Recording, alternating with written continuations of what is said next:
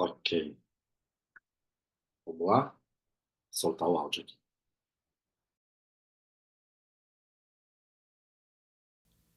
A beleza nasce da serenidade da sua presença. Pergunta: o que você acabou de descrever é algo que acontece comigo ocasionalmente por breves momentos quando estou só e em meio à natureza. Resposta: sim, os mestres Zen utilizam a palavra satori para descrever um momento de insight, um momento de mente vazia e presença total. Embora satori não seja uma transformação duradoura, agradeça quando ele surgir, porque terá uma amostra da iluminação. Isso já pode ter acontecido muitas vezes, sem que você soubesse o que significava e como era importante. A presença é necessária para tomarmos consciência da beleza, da majestade, do aspecto sagrado da natureza. Você alguma vez contemplou o espaço infinito em uma noite clara, estarrecido por sua calma absoluta e incrível vastidão? Já escutou de verdade o som de um riacho numa montanha na floresta? Ou o som de um melro ao cair da tarde em uma tranquila tarde de verão? Para perceber tudo isso, a mente tem que estar serena. Você tem de se despojar por um momento da sua bagagem pessoal de problemas, do passado e do futuro, e também do seu conhecimento. Do contrário, você olhará, mas não verá. Ouvirá, mas não escutará. Estar totalmente presente é fundamental. Existe algo mais sob a beleza das formas externas. Algo que não pode ser nomeado, que é inefável, uma essência profunda, interna e sagrada. Onde quer que exista a beleza, essa essência interior brilhará de alguma forma. Ela só se revela quando estamos presentes. Será possível que essa essência sem nome e a sua presença sejam coisas idênticas e uma coisa só? Será que a essência estaria lá sem a sua presença? Vá fundo nisso. Descubra por si mesmo.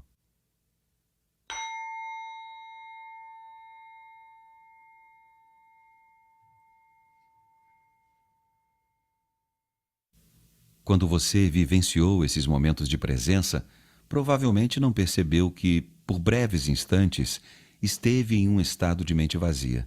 Isso aconteceu porque o espaço entre esse estado e o fluxo de pensamentos era muito estreito.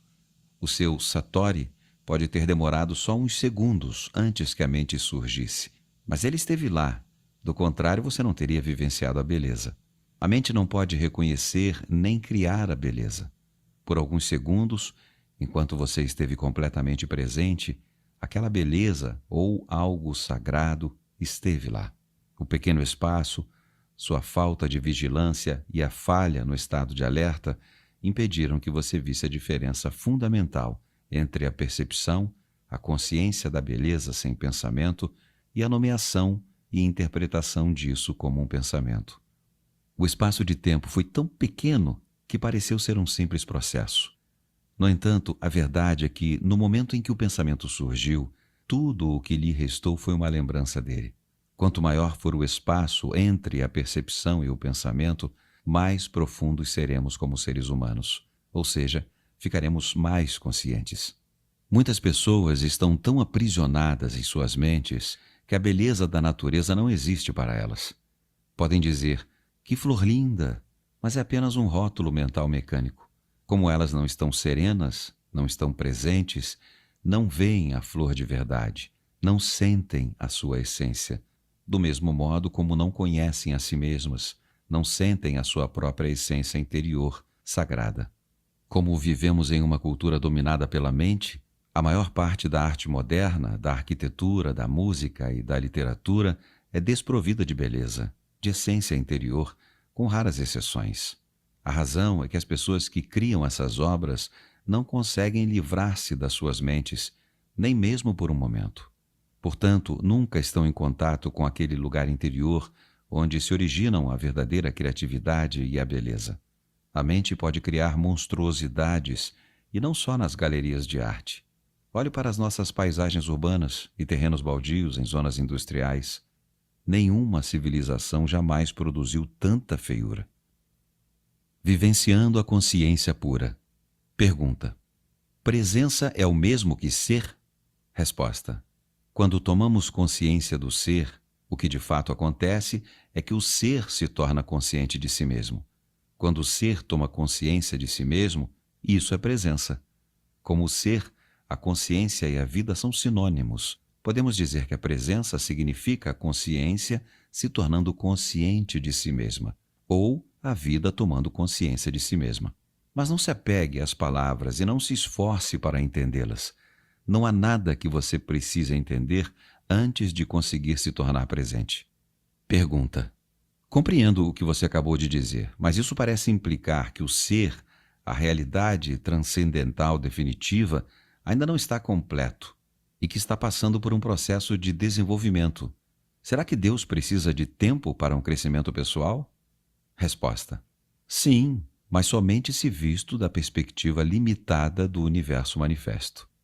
Na Bíblia, Deus declara: eu sou o Alfa e o Ômega, eu sou aquele que está vivo. No reino eterno em que Deus habita, que também é a nossa casa, o começo e o fim, o Alfa e o Ômega, são uma unidade, e a essência de todas as coisas que existem e existirão está eternamente presente na forma de um estado não manifesto de unidade e perfeição, totalmente além de qualquer coisa que a mente humana possa vir a imaginar ou compreender. Entretanto, em nosso mundo de formas aparentemente separadas, a perfeição eterna é um conceito muito difícil de imaginarmos. Aqui, até mesmo a consciência, que é a luz emanando da fonte eterna, parece estar sujeita a um processo de desenvolvimento, mas isso se deve à nossa percepção limitada. Não é isso o que acontece em termos absolutos. Ainda assim, vou continuar a falar por um momento a respeito da evolução da consciência em nosso mundo. Todas as coisas que existem têm um ser, têm uma essência divina, têm algum grau de consciência. Até mesmo uma pedra tem uma consciência rudimentar. Do contrário, não existiria e seus átomos e moléculas se dispersariam. Tudo está vivo. O sol, a terra, as plantas, os animais, as pessoas, todos são expressões da consciência em níveis variáveis, a consciência se manifestando como forma. O universo desponta quando a consciência toma um corpo e uma forma, formas abstratas e formas materiais. Olhe para os milhões de formas de vida só neste planeta, no mar, na terra, no ar, e em seguida, como cada forma de vida se reproduz milhões de vezes. Com que propósito? Será que alguma coisa ou alguém está jogando um jogo com a forma? É isso que os antigos profetas da Índia se perguntavam. Viam o mundo como lila, uma espécie de jogo divino jogado por Deus. As formas de vida individuais não são, obviamente, muito importantes nesse jogo. No mar, a maioria das formas de vida não sobrevive por mais de alguns minutos depois de ter nascido. A forma humana também vira pó bem rapidamente, e quando ela se vai, é como se nunca tivesse acontecido. Isso é trágico ou cruel? Só se criarmos uma identidade separada para cada forma e esquecermos que a consciência de cada uma é a expressão da essência divina através da forma. Mas você não sabe de verdade essas coisas até que vivencie a sua própria essência divina como pura consciência. Se um peixe nasce no seu aquário e você lhe dá o nome de John, escreve uma certidão de nascimento, conta-lhe a história da família dele e 2 minutos depois o vê sendo engolido por um outro peixe, isso é trágico. Mas só é trágico porque você projetou um eu interior separado, onde não havia nenhum. Você se apoderou de uma fração de um processo dinâmico, uma dança molecular, e fez dela uma entidade separada.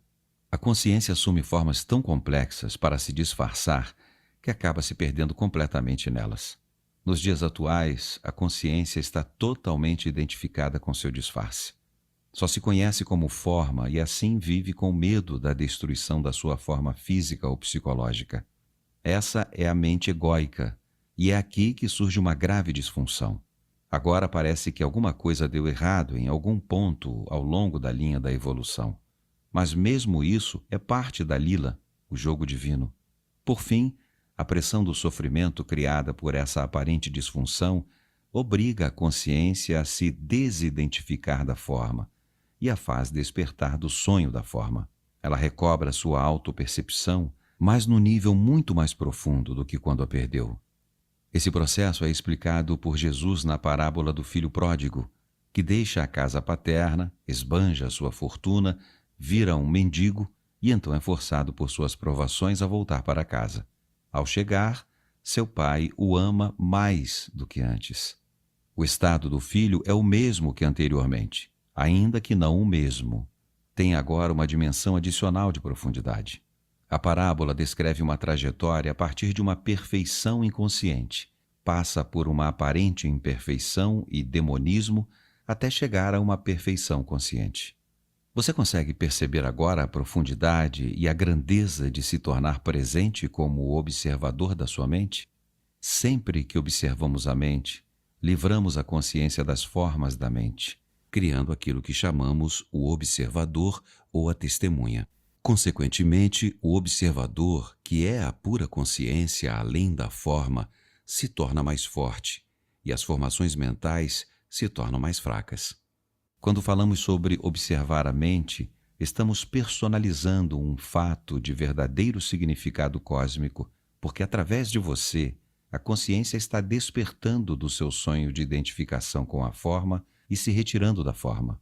Isso é o prenúncio e também parte de um acontecimento que provavelmente ainda está num futuro distante, no que diz respeito ao tempo cronológico.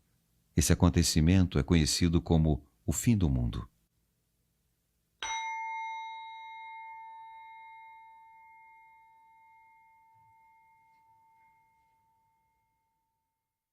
Quando a consciência se liberta da sua identificação com as formas física e mental, torna-se o que podemos chamar de consciência pura ou iluminada, ou presença.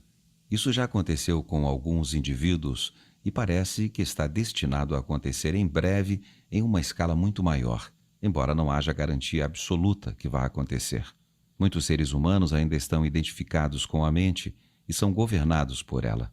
Se não se libertarem a tempo, serão destruídos por ela. Vão se ver envolvidos em confusões cada vez maiores, conflitos, violências, doenças, desespero, loucura. A mente se transformou em um navio que naufraga. Se você não pular, vai naufragar com ele. A mente egóica coletiva é a entidade mais perigosamente insana e destruidora que jamais habitou o nosso planeta. O que você acha que acontecerá ao planeta se a consciência humana não se modificar? Para a maioria dos seres humanos, a única maneira de descansar a mente é ocasionalmente reverter a um nível de consciência abaixo do pensamento. As pessoas fazem isso todas as noites, durante o sono. Mas até certo ponto, isso também acontece através do sexo, da bebida e de outras drogas que suprimem a atividade excessiva da mente.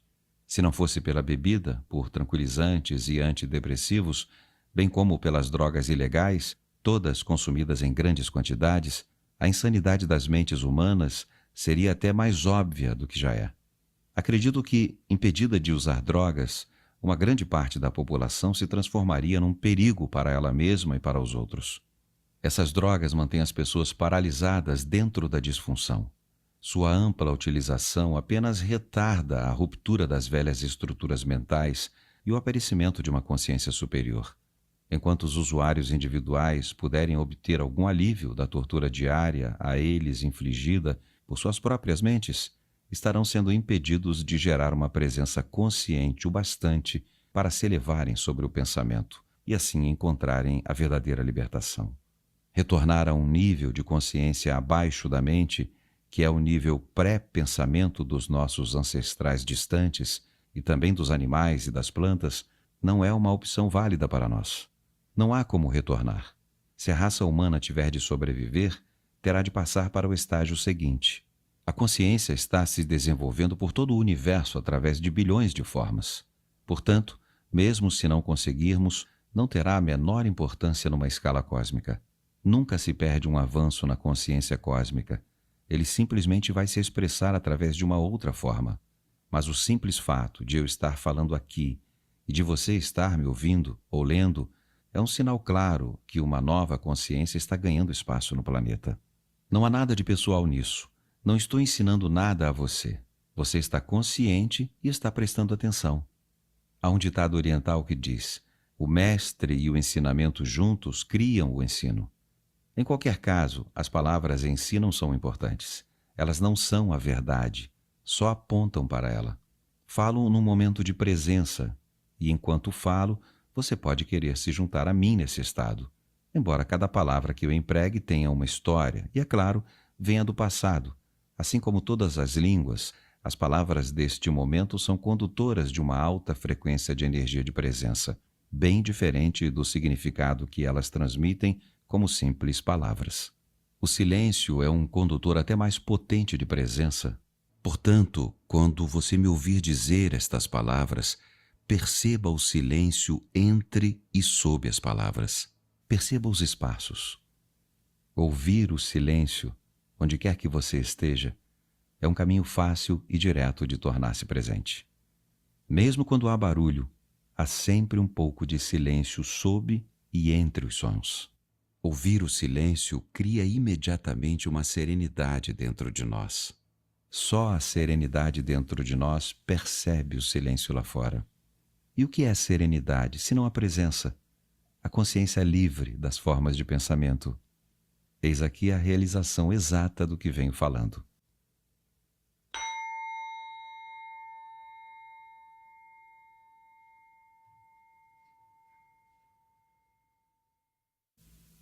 Cristo, a realidade da sua divina presença. Não se apegue a uma única palavra.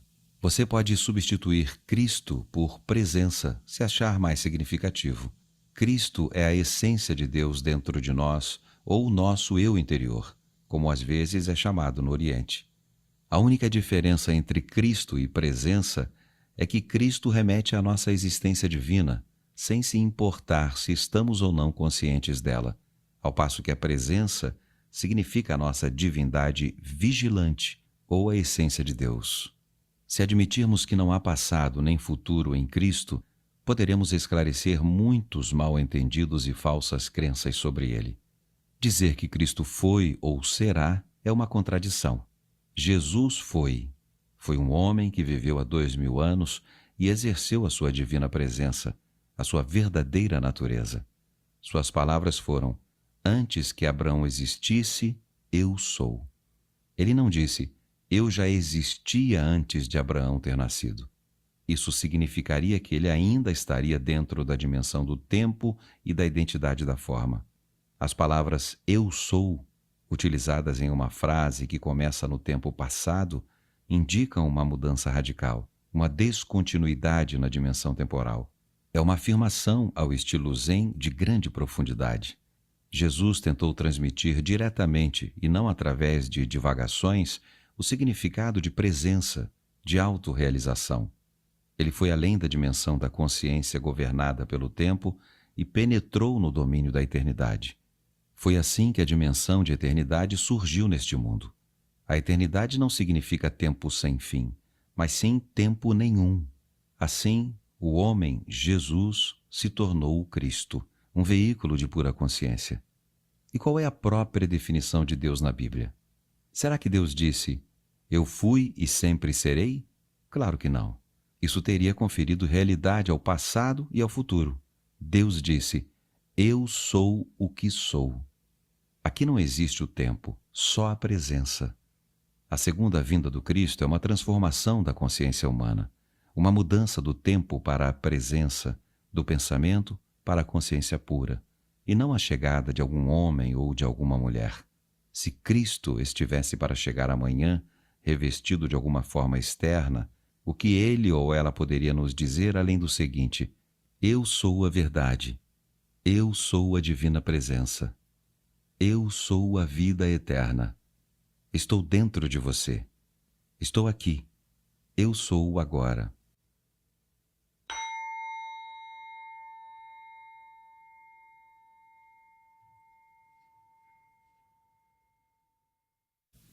Nunca personalize Cristo. Não dê uma forma de identidade a Cristo.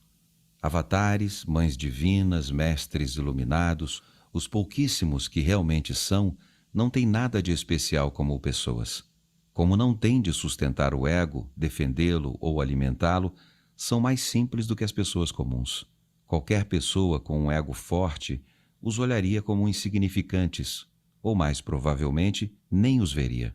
Se você for atraído para um professor iluminado, é porque já existe presença bastante em você para reconhecer a presença no outro. Houve muitas pessoas que não reconheceram Jesus ou Buda, assim como há e sempre haverá pessoas que são levadas a falsos professores. Egos são atraídos por grandes egos. A escuridão não consegue reconhecer a luz. Portanto, não acredite que a luz está fora de você, ou que ela só pode vir através de uma forma específica. Se só o seu mestre for a encarnação de Deus, quem é você então? Qualquer espécie de exclusividade é uma identificação com a forma, e a identificação com a forma significa o ego, não importa o quanto ele esteja bem disfarçado. Utilize a presença do mestre para ver um reflexo da sua própria identidade por trás do nome e da forma, e para se tornar mais intensamente presente. Em pouco tempo você verá que não existe nenhum meu ou seu na presença. A presença é única. O trabalho em grupo também pode ser de grande utilidade para intensificar a luz da nossa presença. Um grupo de pessoas atingindo juntas um estado de presença gera um campo de energia de grande intensidade. Isso não só aumenta o estado de presença de cada membro do grupo, mas também ajuda a libertar a consciência coletiva humana do seu estado normal de dominação da mente.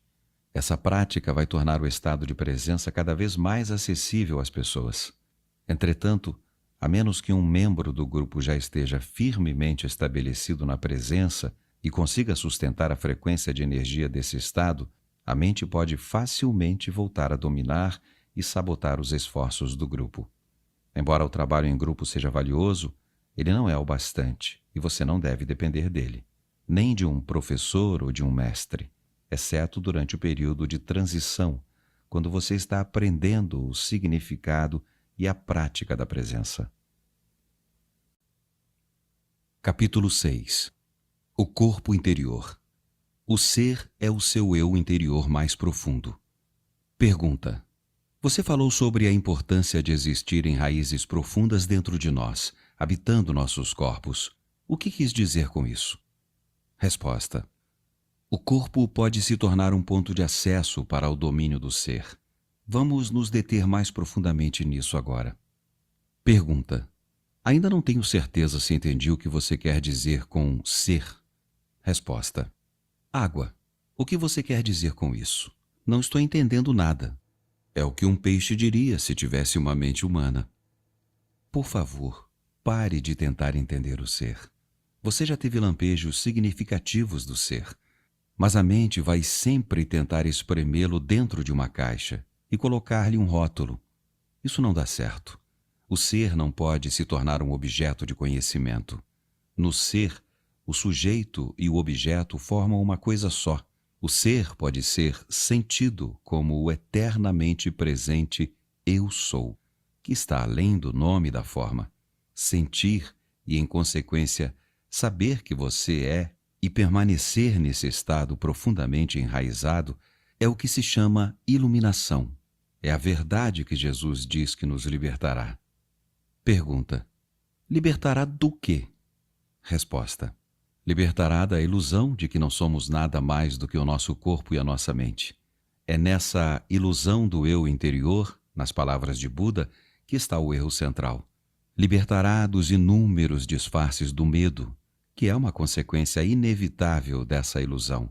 O medo que não vai parar de nos torturar enquanto continuarmos extraindo o sentido do eu interior exclusivamente dessa forma efêmera e vulnerável. E libertará do pecado, esse sofrimento que inconscientemente infligimos a nós mesmos e aos outros, enquanto a ilusão governar aquilo que pensamos, dizemos e fazemos. Olhe além das palavras. Pergunta: não gosto da palavra pecado. Ela pressupõe um julgamento e uma atribuição de culpa. Resposta: posso entender isso. Durante muitos séculos foram se acumulando interpretações erradas em torno de palavras como pecado, devido à ignorância, à incompreensão ou a um desejo de controle, embora todas contenham um fundo de verdade. Se você não for capaz de olhar para além de tais interpretações e por isso não reconhecer a realidade para a qual a palavra aponta, então não a use. Não se prenda às palavras. Uma palavra nada mais é do que um meio para atingir um fim. É uma abstração. Tal qual um letreiro em forma de seta em um poste, uma palavra aponta para além dela mesma. A palavra mel não é mel. Você pode estudar e falar a respeito de mel pelo tempo que quiser, mas não vai saber o que é enquanto não prová-lo. Depois de provar, a palavra perde a importância e não ficamos mais presos a ela. De forma semelhante, podemos falar ou pensar sobre Deus sem parar, pelo resto da vida. Mas será que isso significa que conhecemos ou que tivemos uma rápida visão da realidade para a qual a palavra aponta? Ela não passa de um apego obsessivo a um letreiro no poste, um ídolo mental. O contrário também acontece. Se por alguma razão não gostamos da palavra mel, pode ser que jamais o experimentemos. Se você tem uma forte aversão à palavra Deus, o que é uma forma negativa de apego, pode estar negando não só a palavra, como também a realidade para a qual ela aponta. Você estará se privando da possibilidade de vivenciar essa realidade. Tudo isso tem, naturalmente, uma relação direta com o fato de estarmos identificados com as nossas mentes. Portanto, se uma palavra não significa mais nada para você, jogue-a fora e use outra que signifique. Se você não gosta da palavra pecado, chame-a então de inconsciência ou insanidade. Essa atitude talvez lhe aproxime mais da verdade, a realidade que está além da palavra, do que um longo uso equivocado da palavra pecado, deixando pouco espaço para a culpa. Pergunta: essas palavras também não me agradam. Elas pressupõem que existe alguma coisa errada comigo. É como se estivessem me julgando. Resposta: claro que existe alguma coisa errada com você e ninguém está julgando nada. Sem querer ofender, mas você não pertence à raça humana que matou mais de 100 milhões de membros da própria espécie somente no século XX? Pergunta: você quer dizer que existe culpa por associação? Resposta: não é uma questão de culpa, mas enquanto a mente nos governa, fazemos parte da insanidade coletiva. Talvez você não tenha olhado profundamente para dentro da condição humana sob o domínio da mente. Abra os olhos e veja o medo, o desespero, a inveja e a violência que penetra em tudo. Atente para a crueldade e o sofrimento abomináveis em uma escala jamais imaginada que os homens infligiram e continuam a infligir a outros homens, assim como a outras formas de vida. Você não precisa condenar, apenas observe. Isso é pecado. Isso é insanidade. Isso é inconsciência. Acima de tudo, não esqueça de observar a sua própria mente. Busque nela a raiz da insanidade.